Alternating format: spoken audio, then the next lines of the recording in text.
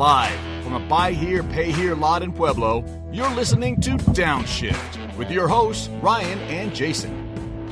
This is the Colorado Cars and Coffee podcast by car enthusiasts for car enthusiasts. Clutch in, gear down, and let's start the show.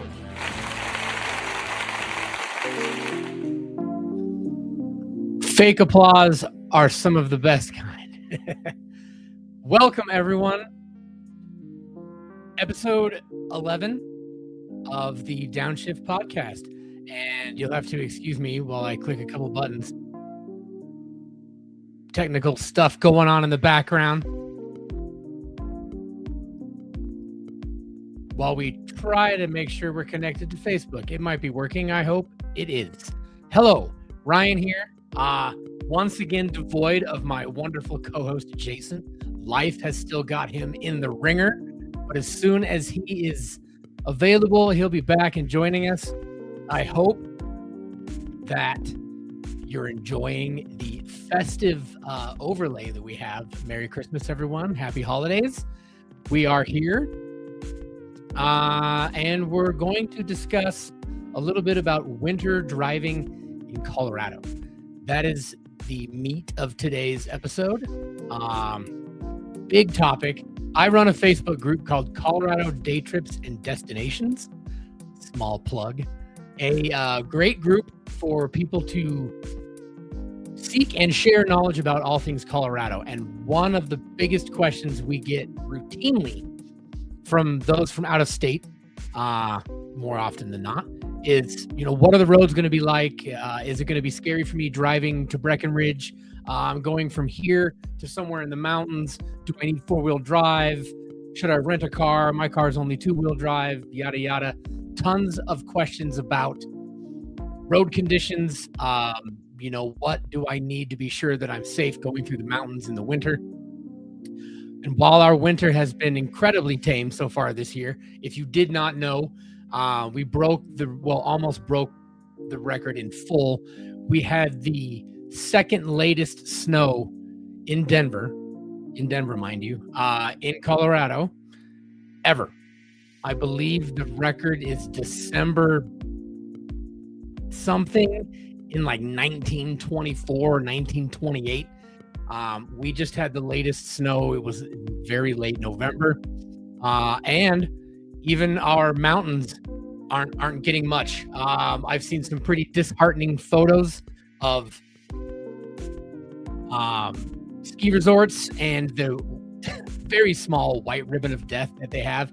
Usually come mid-December, we're rocking and rolling, but we are down. We are down on the snowpack count. We are down on the snow.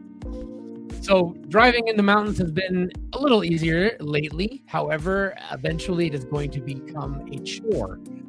If you were not aware, I'm going to forget the year again, but 5, 6, 7 years ago, Colorado created a passenger vehicle traction law to help do everything that we could to eradicate the less than prepared and poor choices that those less than prepared drivers have made, especially heading up I-70. I don't know how many times you've seen a video of someone just sitting there spinning wheels and slowly sliding off into the shoulder. The traction law was created to help abate those instances. Simply put, it requires you to have good traction.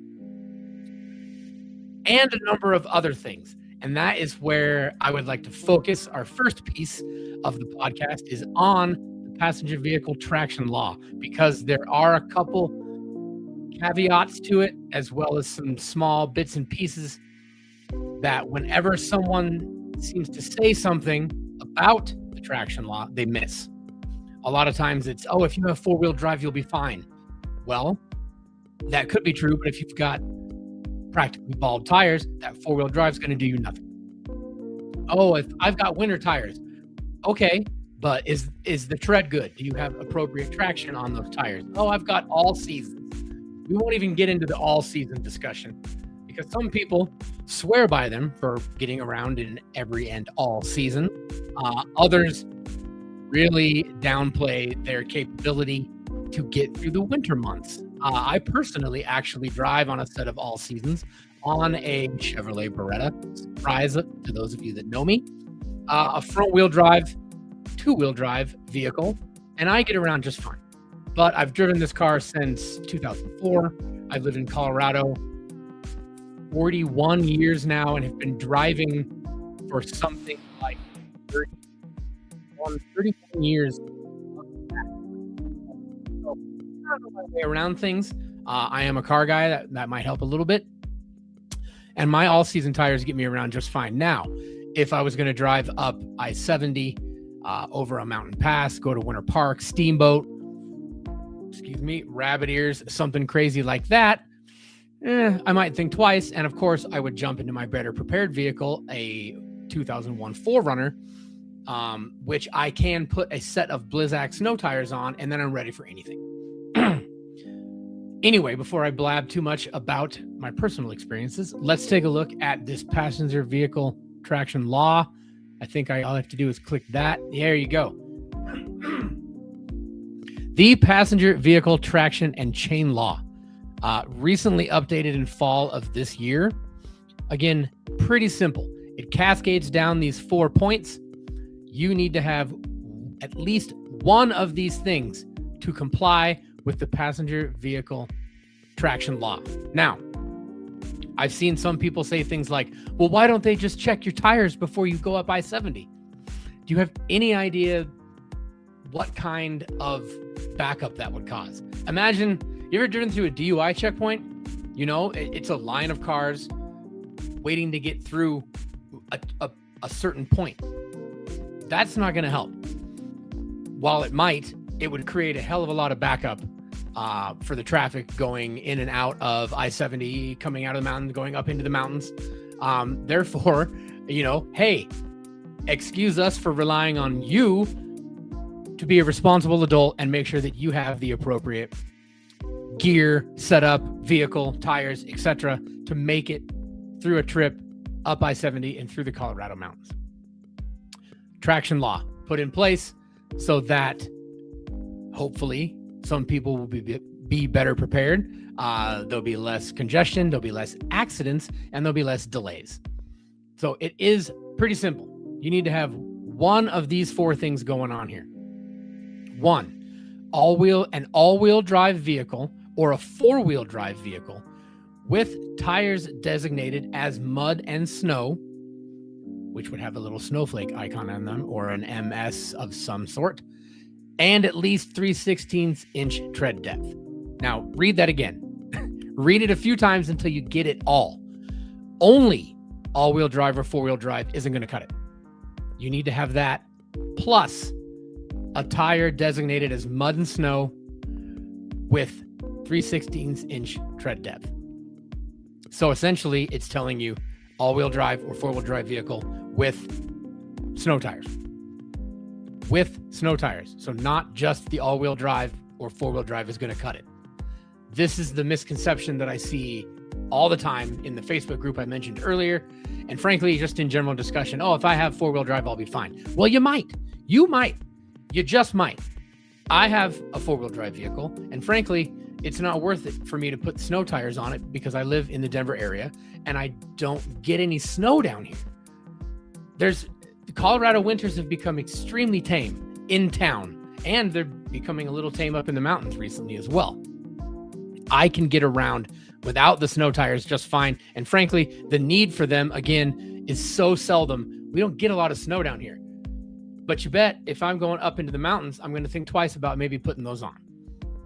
I can get around just fine in the 4Runner. Again, I've driven it for a very long time. I'm very comfortable in adverse conditions, etc., etc. But if for some reason I'm driving up 70 and I have an accident, involved in an accident, cause an accident, or slide off the road and get visited by a state patrol officer, I just might get a ticket. That's how you're going to get a ticket for the disobeying the passenger vehicle traction and chain law, is if you cause an incident. Then they're going to check your tires and you might get a ticket. And I believe the ticket, it costs quite a bit. Let's see if I can find it real quick here.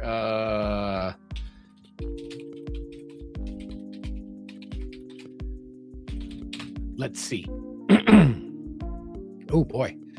The Colorado traction law ticket costs around $130 for basic non-compliance and can jump significantly to over $650 or even near $1,000 for a commercial vehicle if you block traffic.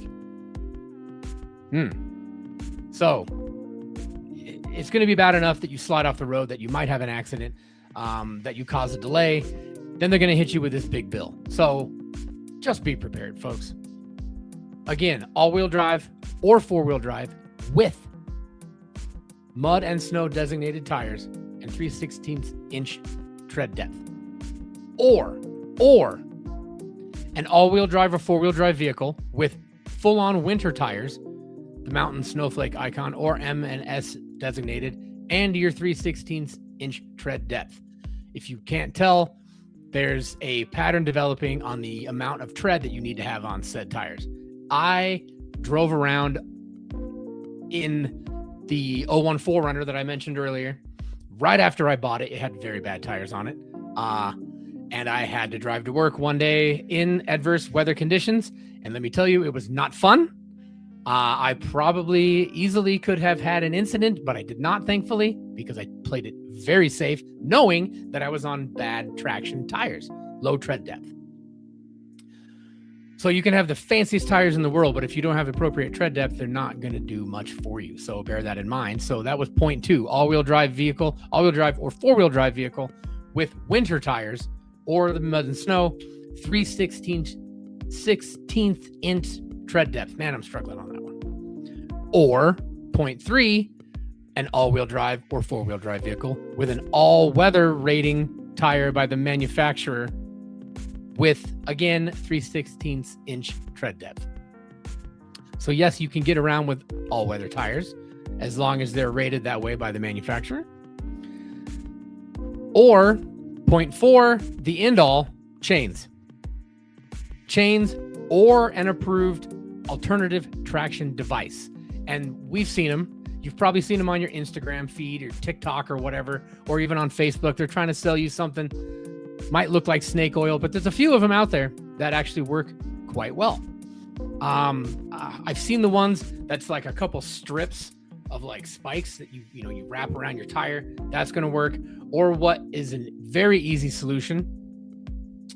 Let's see. Is this, let me just set it up so I can share it over here. Oh my goodness. Let's get rid of that. Let's get this. Where are we going? Oh man, pushing buttons. All right, here we gotta push more buttons and we'll make it happen. Here we go. Make that a little bigger. Auto Sock or tire socks. I brought up the Auto Sock website. We in no way endorse them. I've never touched this product. It's just a website that I brought up that happens to sell said product. They've been in business since 1988. They must be doing something right. But as you can see, you can buy these to very specifically fit your tire size, width, etc. So it will be a very snug fitting option.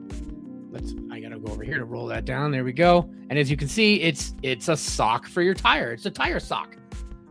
You slide it on and it provides you bonus traction. Let's see what they got to say here. Save time, weight, and cost with tire socks.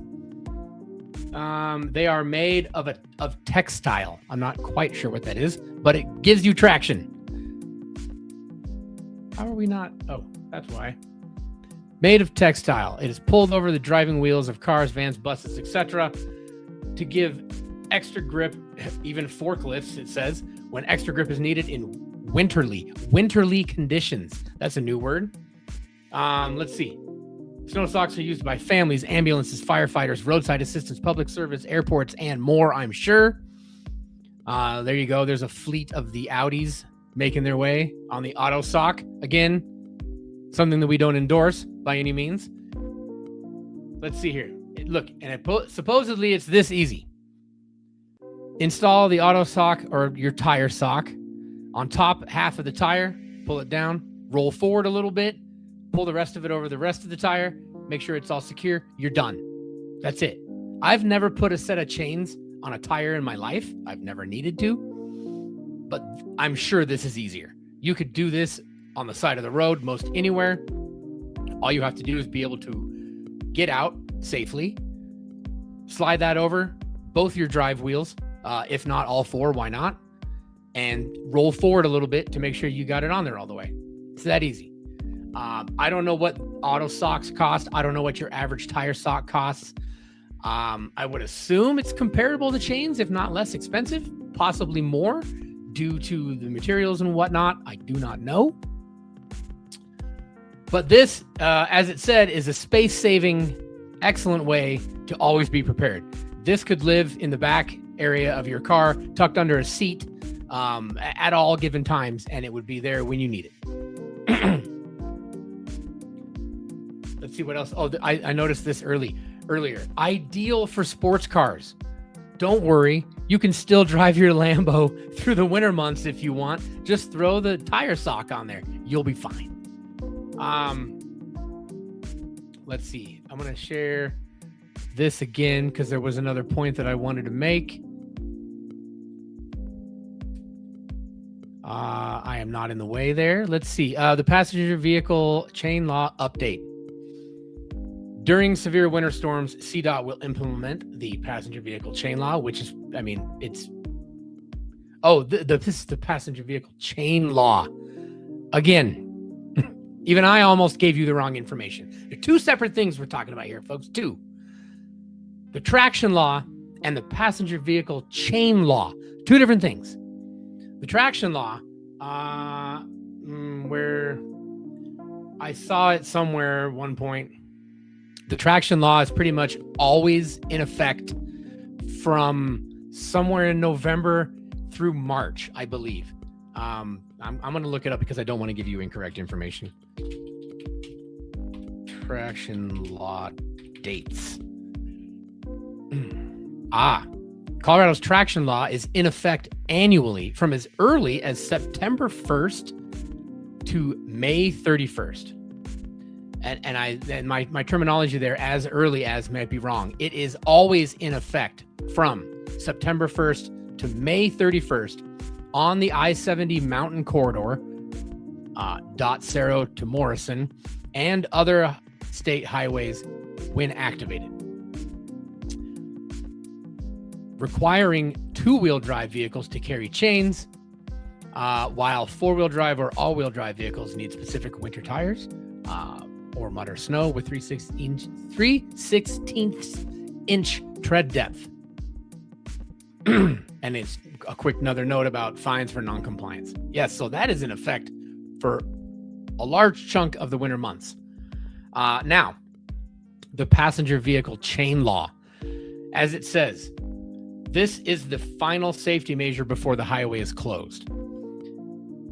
In an effort to still allow traffic to traverse through Colorado's mountains, they might leave the road open but enact the chain law. And at that point, in fact, it says right here, I'll just read it right to you. When the passenger vehicle chain law is in effect, every vehicle must have chains or an approved alternative traction device. It is seldom this occurs. Frankly, I think they usually jump from normal and the traction law to just closing the road. That's pretty much, because I don't know a lot of people that travel around with chains 24/7. However, I could see that, on 70. I could see this being a little more pertinent for some of those county roads, areas where population is far less dense, that sort of thing. But they are two different things. That there is the traction law, and then there's the passenger vehicle chain law. I can't tell you how many times someone has provided the incorrect information to someone asking about these laws, or, hey, what do I need to be compliant? Hopefully that was a smooth breakdown. I stumbled through a little of it, but hey, I got you the information, and now you should be good to go. That can be found on the CDOT website. It's super easy to get to. If you just Google CDOT traction law, it's going to give you this page as the top result. And you can go right here and please read it for yourself. Read it like 3 times till it makes sense. If we could all abide by this, it's going to make everyone's lives easier getting through the mountain areas of I-70, which we all know is already quite a pain. All right. That was that. I had something else I was going to say in regard to the traction law. Oh, let's go old school. In town, there's no traction law, right? We just need you to be smart, well prepared, your vehicle to be properly tired, and prepared. A lot of people have emergency roadside kits, especially through the winter. A lot of people will tell you, especially going through the mountain areas, carry snacks, granola bars, a couple of those, a blanket, extra jacket, hand warmers, that sort of thing. And no, these aren't, doomsday preppers telling you to be prepared for every and any instance. It's a reality. I remember seeing an article a few years ago where someone got stuck up in the Colorado mountains. They were off the beaten path, to help illustrate this a little bit. They weren't just driving 70 by any means where, traffic's going to drive by you once every couple minutes. So if you get stuck, you got help. This guy was stuck somewhere where he had no help. Cell phone didn't have service, something like that. He couldn't call. He stayed in his car through a very nasty snowstorm and lived eating Taco Bell hot sauce packets. Everyone's got a few of those in their car, right? That just might end up being your emergency staple if you didn't pack something else to be this level of prepared. I think he only had a couple, so he was hot sauce, Taco Bell hot sauce nonetheless. For some reason, Taco Bell hot sauce only tastes good on Taco Bell. You can't really put that on anything else. Point being, that is one extra way to be prepared, especially in the high country. Down here in town, again, someone's probably going to drive by, even if it's 2 a.m. You can more than likely walk somewhere if you need to. But in that case, again, then you're going to want to make sure to have a proper jacket, gloves, beanie.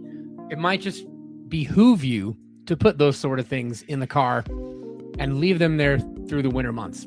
I know I've got like 5 hoodies and 7 different beanies. One of them can live in the back seat of the car. Should be just fine.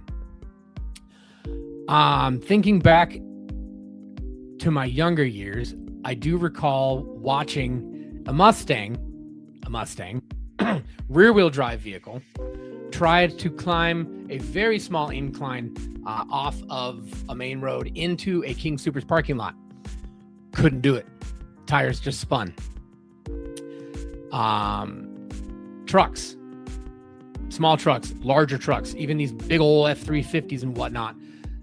There's nothing in the back to weight down the drive wheels or, what may be your drive wheels when cruising through snow.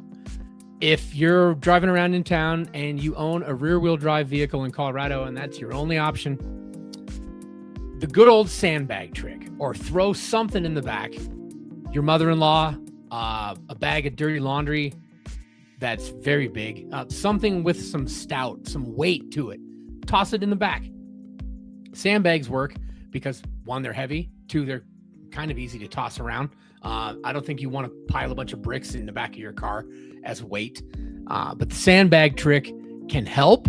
It won't solve the problem by any means, but it can help to get you a little more traction. And again, I think that would come down to what happened to my fun frame. We got Candy? Candy! Hey, there we go. Let's do that one for a minute. It can help to get you more traction. But then we're right back to the tire tread conversation. Just make sure you've got it. 3/16 inch by the law for the traction law. And more than that, just by common sense. And don't be that guy.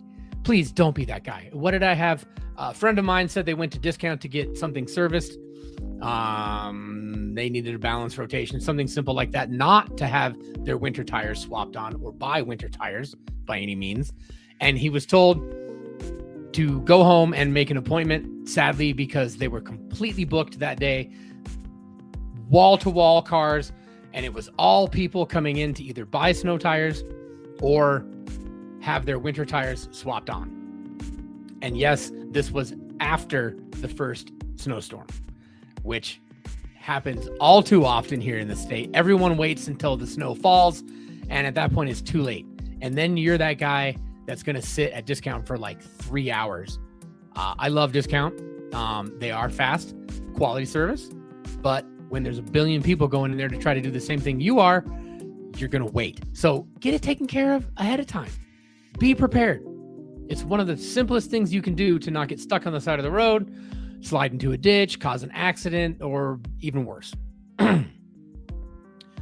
Now, what else we got? Oh, hey, you know what else I got for you? I stopped lecturing you about being properly prepared for winter driving. If you have any questions, comment on a post in Colorado Cars and Coffee about the podcast. I made 2 of them. You might be able to find one. If not, post and ask a question. That is part of the reason the group is there, is to answer your automotive related questions, and be a source of information and knowledge. Speaking of sharing knowledge, where I did not have this prepared, so we're going to have to go there now. Let's see. I believe it was just 3 days ago now, Wednesday. Let me share the screen here. We had, let's get rid of the fun. Oh, we got Santa in the corner. We can do that. Santa in his shorts. Nice. We have issue 14 of Shift Colorado just dropped on December 8th, right there. I believe that was Wednesday, right? I don't know. Point is, it's here. All you have to do is go to shiftcoloradomagazine.com, as you can see up top there, and you will find issue 14, the fall issue of 2025. Let's do this. Let me show you through a little bit of this here. I took a gander the other night, but as always, this issue is absolutely packed with automotive goodies. Not only from Colorado, but throughout the states, and frankly, sometimes worldwide. Let's see what we got. A giant list of contributors. Wow, very magazine. I couldn't say it better myself. Here we go. Table of contents. We are looking at all kinds of fun stuff, like the Meow Wolf rocket car, the Telluride Autumn Classic, the Piston Cup,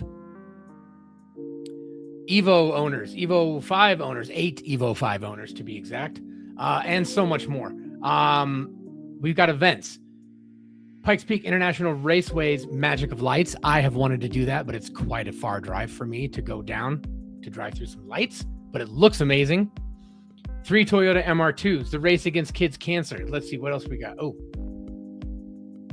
a Colorado car, a local car, the Meow Wolf rocket car.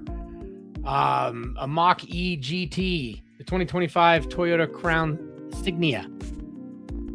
We're looking at another event, Modded Culture Slang and Smoke. Shelby American Party happens every year. Colorado Cars and Coffee always enjoys being there. The Piston Cup, a race event, very much like the one that I cannot think of right now. Oh, geez. That's beat up cars that don't cost a lot of money racing. What else we got? Oh, Project Patina. I need to see that, if that's talking about what I think it's talking about, because I have a car with patina that I would like to keep. Cars of the Shift staff. Brendan's MP412C. Nice. That dude's got a lot of cars. We got content creators. We got Shift into Low. Emic Track Day. Dogleg Dreamin'. Look at this. Over 170 pages worth of Colorado automotive content for you to feast on. Let's see what we got.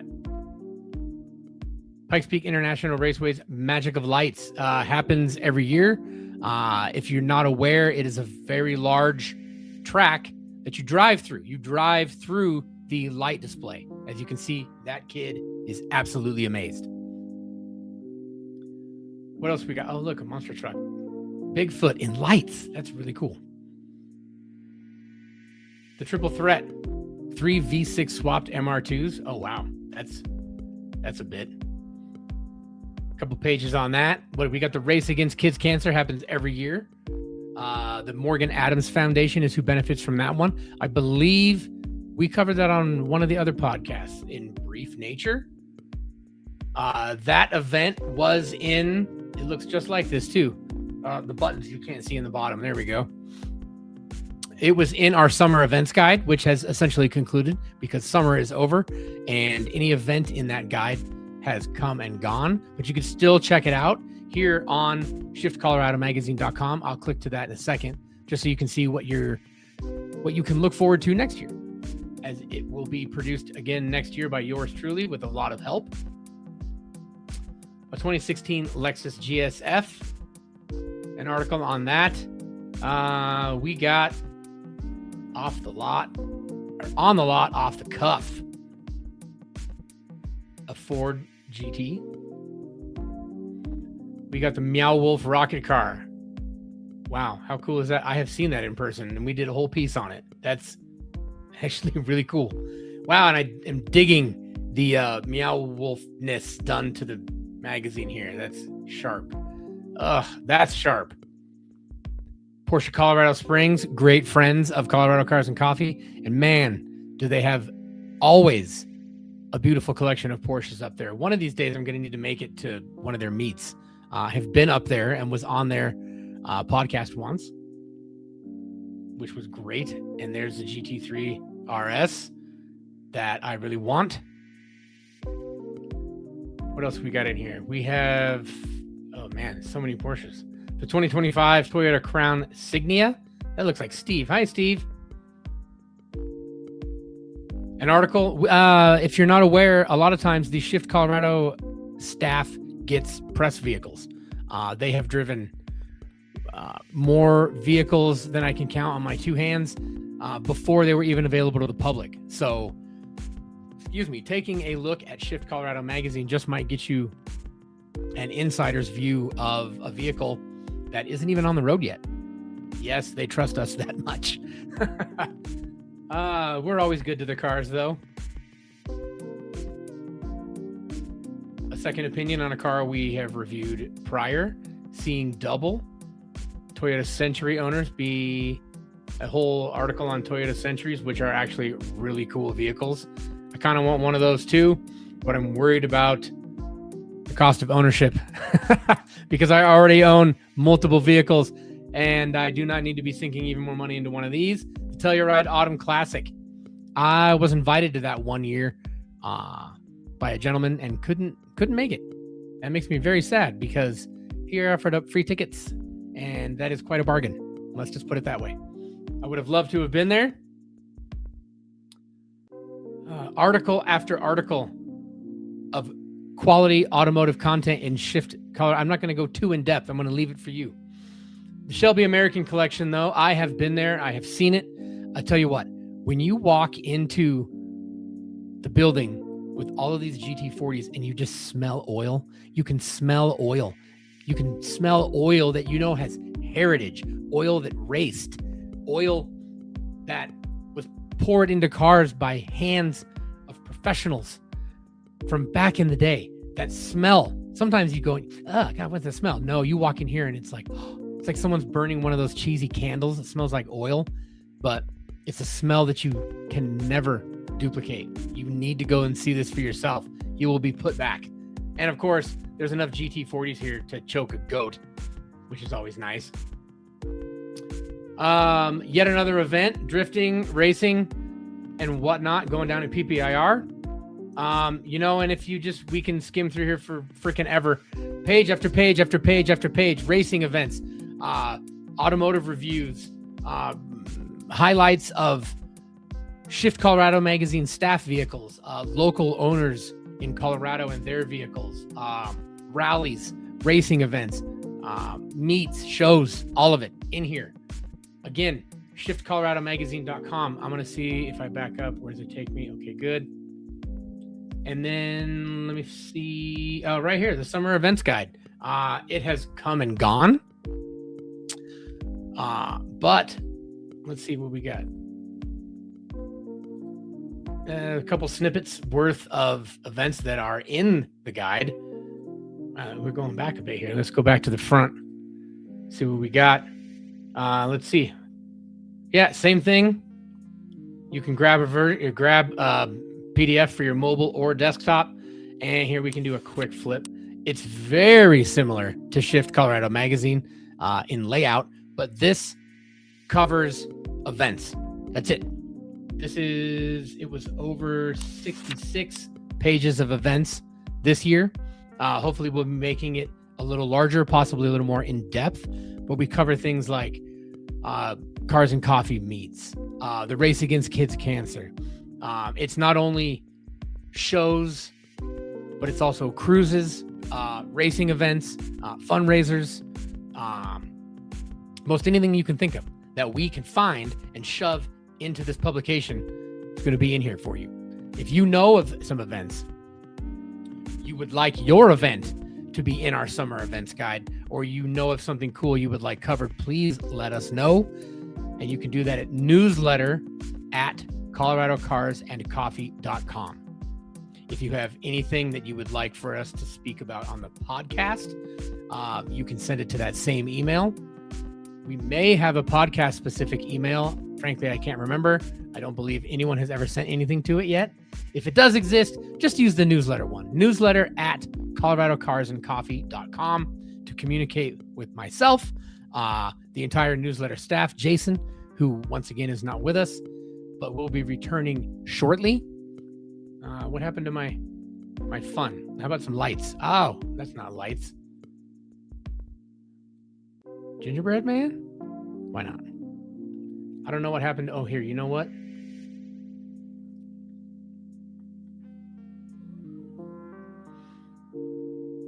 What happened to my stuff? Oh, man. Whatever. We'll go back to candy canes. I dig it. Anyway, what are you talking about, lady? My cat is telling me that it might be time to wrap it up because, frankly, I don't really have much else to talk about. Without Jason here, not only is it lonely, but he typically provides a lot of the content and our guests. Man, I can't wait to have you back, Jason. I hope you're watching. But again, Colorado Cars and Coffee. We are, you know what? I had a list up. I had a page ready. Now I don't have it. But hey, you can catch us on Facebook, Instagram, YouTube, Twitch. We are on X. We have a bi-weekly newsletter that I actually manage. Quite nice. You might want to check that out. Check out the Colorado Cars and Coffee Facebook group for how to sign up for that, or send an email to newsletter@coloradocarsandcoffee and I'll get you added. In that newsletter, once again, put out bi-weekly, we have nearly 3 weeks worth of Colorado automotive events listed, including a racing event schedule that pans across 12 or more different racing entities here in Colorado, including ice racing, which is getting ready to come up if it ever gets cold enough and we start having a real Colorado winter. I know there's 2 major entities that are getting ready to do their thing. Hopefully come January, if not maybe February. What else we got? Shift Colorado Magazine goes out quarterly. That is one hell of a publication that a lot of work goes into. Not a basement zine, not somebody just throwing something up on the internet. Excuse me. Oh my goodness.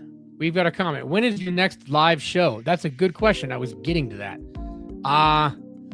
The podcast, it airs once a month, typically in the first or second weekend of the month. Things have been a little weird lately. Again, my co-host Jason has been, life has got a hold of him. So we were trying to schedule things and then he just couldn't be here. We took the month off last month. The holidays are here now. I managed to squeeze this one in because I am a busy boy lately.